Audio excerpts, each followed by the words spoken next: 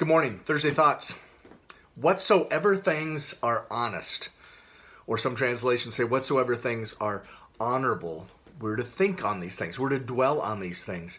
And I wanted to back up for just a minute about that word whatsoever things, right? That refers to not just people, but actions or deeds, or there may be an accounting or a story or some example of these things in our life that help us to think on those things, right? Last week we talked about whatsoever things are true, and for me that pointed me to Jesus, who is the way, the truth, and the life. Today, whatsoever things are honest or honorable, and of course Jesus is those things. He would fit the bill for all of the things that Paul is saying to think about, and perhaps that's what Paul's point is all along, is that to keep our thoughts fixed on and focused on Jesus. He is the one that goes on to write in Colossians chapter 3, set your mind on things above. And in the letter to the Hebrews, we're to fix our eyes on Jesus, right? The author and perfecter of our faith.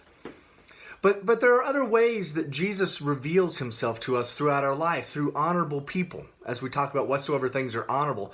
Honorable people, honorable acts, things of great privilege, things of great genuineness, right, that we experience in life through other people and through different acts. And I think of the different people we may honor and the different things that we use that word honor for. And for me, at least, I often think of those people who have given themselves over for the sake of others, right? And oftentimes they don't even look at it and think of it as a thing that's honorable. They just know that it's the right thing to do. They just know that this is the loving and kind, and they're just being honest. They're just being genuine about their love, and their care for others can be some of the most honorable acts that we may witness in our life.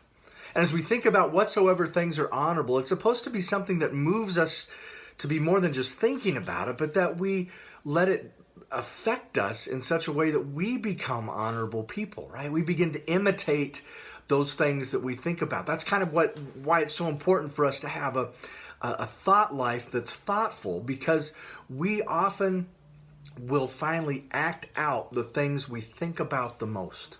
I think that's maybe what Paul was talking about in Romans chapter 12 when he says, be no longer conformed to the patterns of this world, but be transformed by the renewing of your mind. In fact, the word repent that Jesus begins his whole ministry with literally means to change your mind, to change the way you think.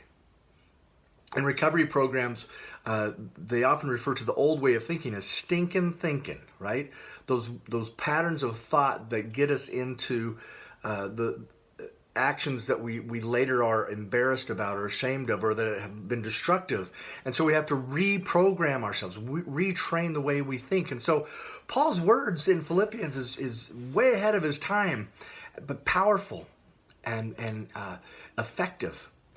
And so today, as we think about whatsoever things are honest, and that we're to dwell in there. We're to dwell in there in our thoughts. We're to dwell there with our words.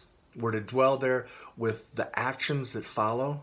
It's interesting as Paul finishes that section in Philippians chapter 4, verse 8, when he lists all the things, the whatsoevers, right? Whatsoever things are true and honest and right. In verse 9, then he goes on to say, if you have any of these things that you have received and learned and heard and seen in me, practice them. Paul knew the power of this. Paul knew the power that it wasn't just to think about these things.